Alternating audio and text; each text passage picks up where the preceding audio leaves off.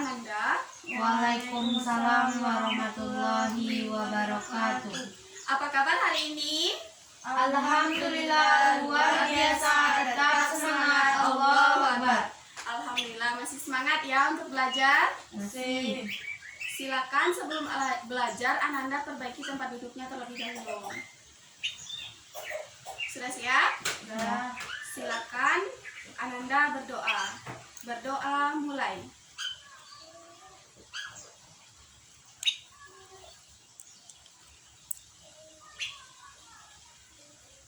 Amin. Sebelum kita mulai, Ibu akan absen terlebih dahulu. Apakah Ananda semuanya hadir? Hadir. Hadir. Baiklah, sebelum kita mulai pembelajaran kita hari ini terkait materi yang baru, Ibu ingin mengulang dulu ke pembelajaran yang minggu kemarin. Apakah anak-anak Ibu semua masih ingat apa pembelajaran kita minggu kemarin? Masih. Tentang apa, Lilis? An-Nahl Al-Munkar. An-Nahl Al-Munkar.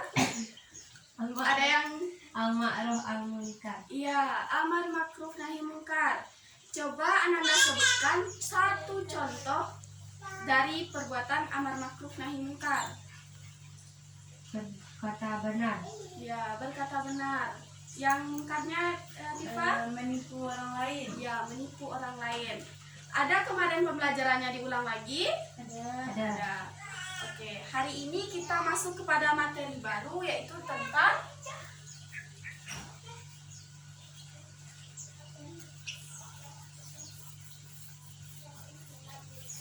kewajiban dakwah. Jadi, tujuan kita mempelajari materi tentang dakwah adalah agar Ananda semua paham apa tujuan dari pelaksanaan dakwah itu sendiri dan menerapkannya dalam kehidupan sehari-hari, serta mampu membaca dan mengartikan Quran Surat An-Nahl. Kewajiban dakwah. Ketika Ibu menyampaikan kata-kata dakwah, apa yang terdiam di benak Ananda semua? Dakwah Nabi Muhammad SAW. Ya, dakwah Nabi. Orang berceramah. Ya, orang berceramah. Dakwah itu sendiri adalah suatu seruan.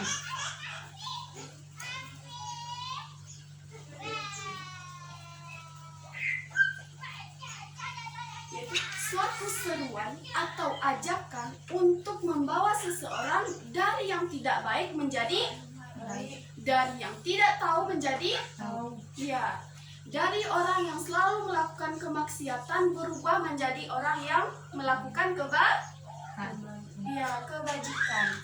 Di sini materi tentang dakwah sudah dijelaskan dalam Al-Quran surat An-Nahl ayat 125.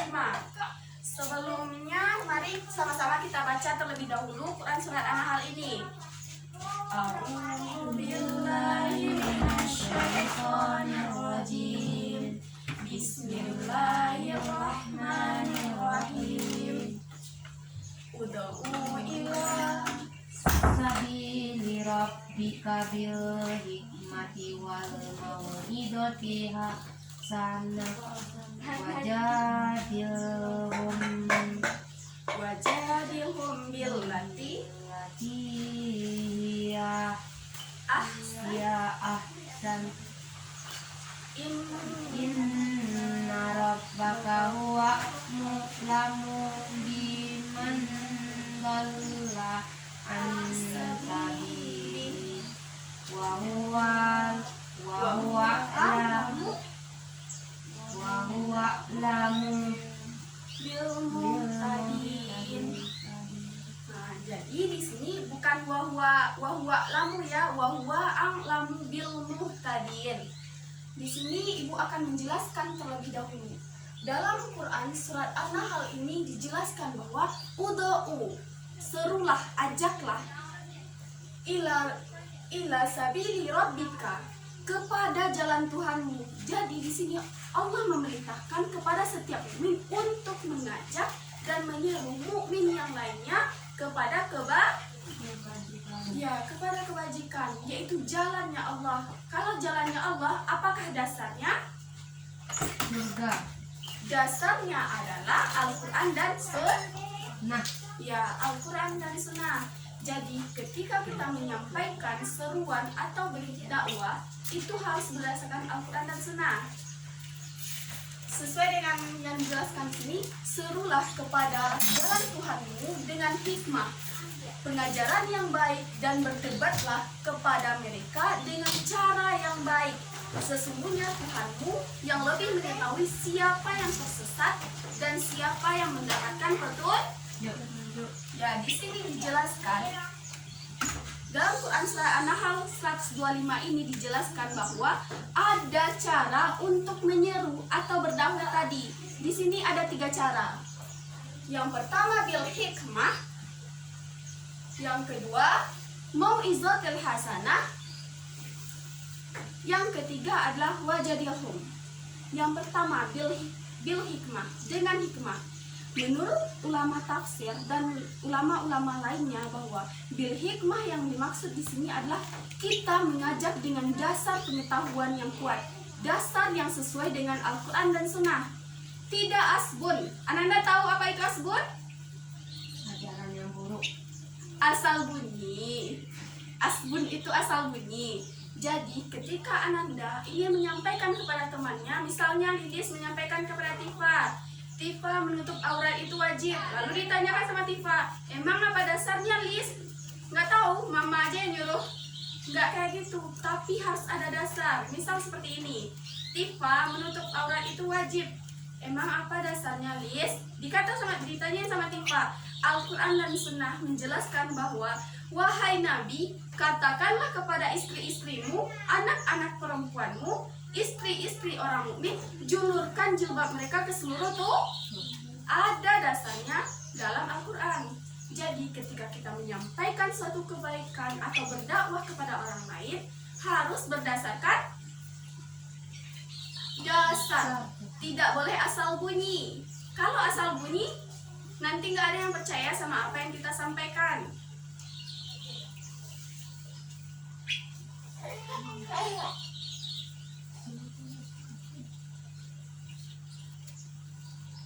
Jadi, bil hikmah di sini harus berlandaskan pengetahuan dan dasar yang pasti.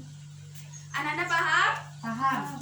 Selanjutnya, metode yang kedua yang diajarkan dalam Al-Quran dalam berdakwah adalah mau'izatil hasanah, perkataan yang baik.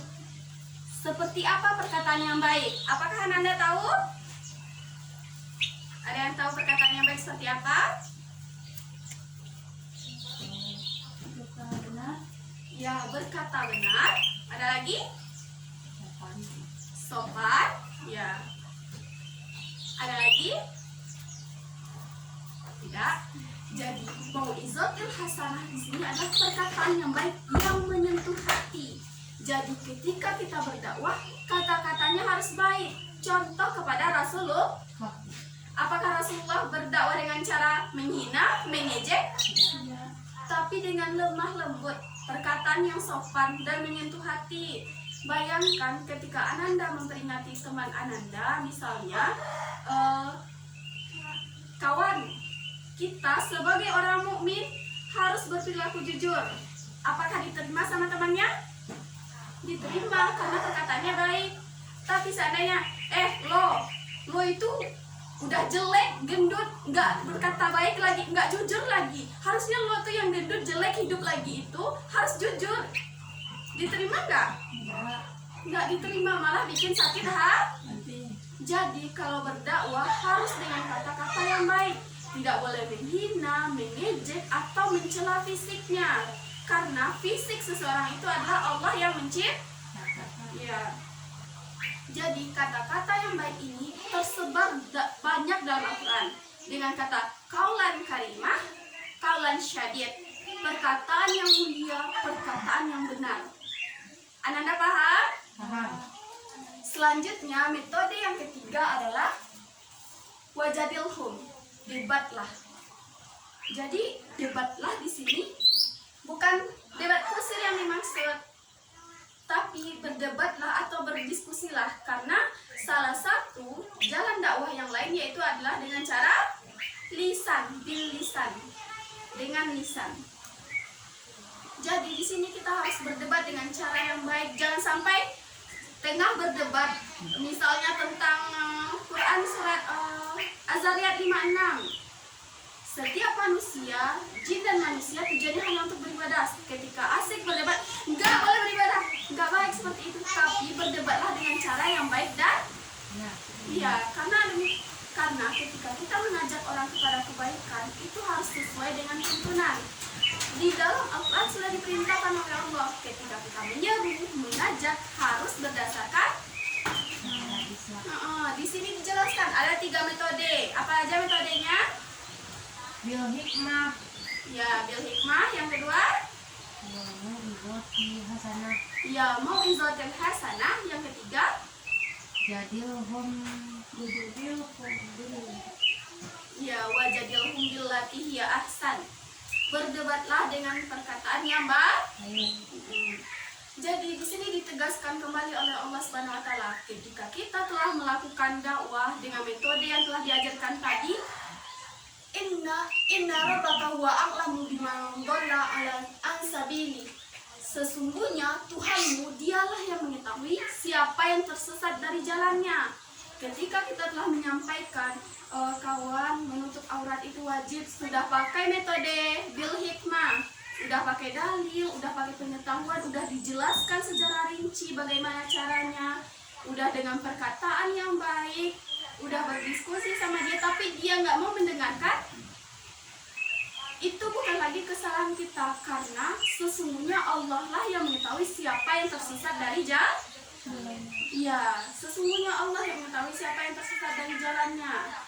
Kita adalah perantara untuk menyampaikan apa yang diserukan oleh Nabi Muhammad sebelum kita. Tapi ketika dia tidak mau menerima, itu kembali lagi kepada dia. Karena Tuhanlah yang memberikan hidayah, sedangkan kita hanya mengantarkannya.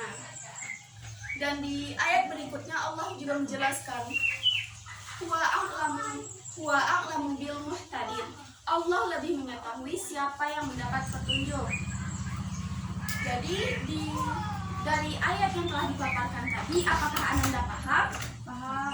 Dan ketika Ananda diminta oleh teman Ananda misalnya untuk mengisi acara ceramah pada kultum setiap 1 kali seminggu, Ananda mau? Ya. Mau?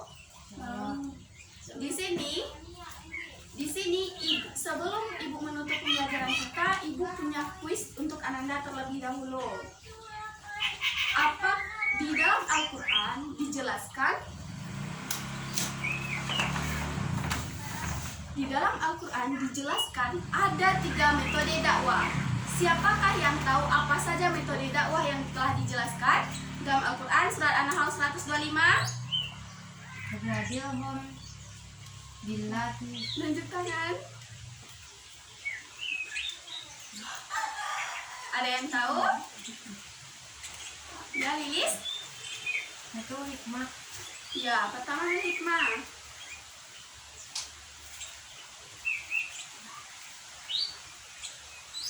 Yang kedua pengajaran yang baik. Ya, yang ketiga? Berdebat.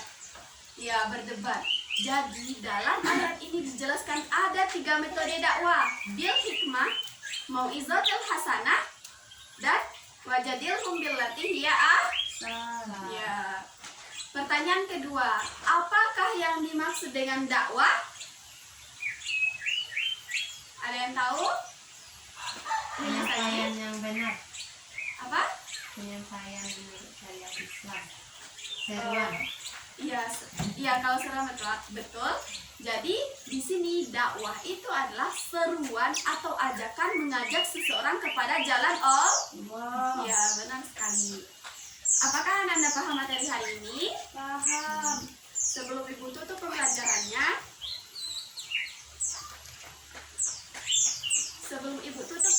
kita hari ini, Ibu ingin membuat suatu kesimpulan terlebih dahulu. Jadi di sini dijelaskan bahwa dakwah itu merupakan suatu kewajiban. Bagi siapa aja kewajiban berdakwah? Ya, umat Islam. Setiap umat Islam wajib untuk berdakwah. Dan bagaimana misalnya ketika Ananda melihat sesuatu yang tidak sesuai dengan syariat Allah, Apa yang Ananda lakukan? Mencari tahu lebih dalam lagi. Ya, mencari tahu lebih dalam lagi. Apa yang dicari tahu, Lis? Ya, mencari tahu yang lebih benar, yang lebih dalam, yang benar lagi. Yang kedua? Ya, ketika Tifa Mencemooh. nggak boleh ya mencemooh. Pengajaran yang baik.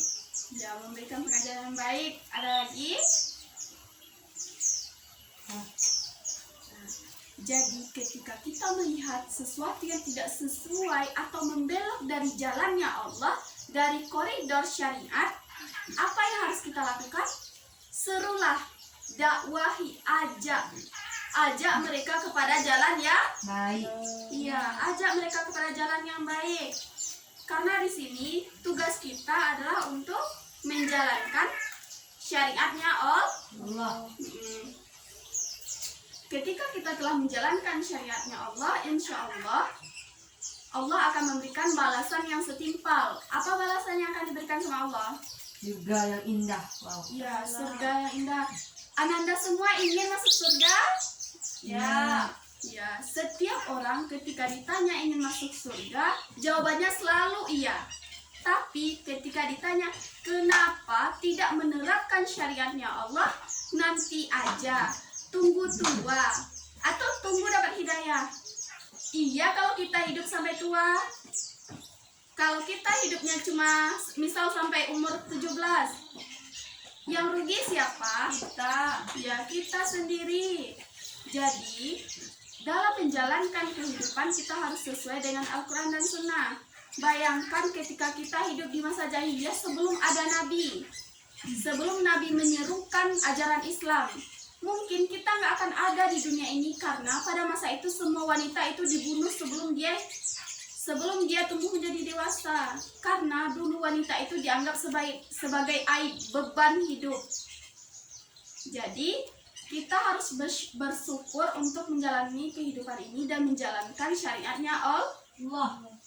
Jadi kesimpulan kita pada hari ini adalah dakwah itu merupakan seruan, ajakan atau panggilan untuk mengajak seseorang kepada jalan kebaikan.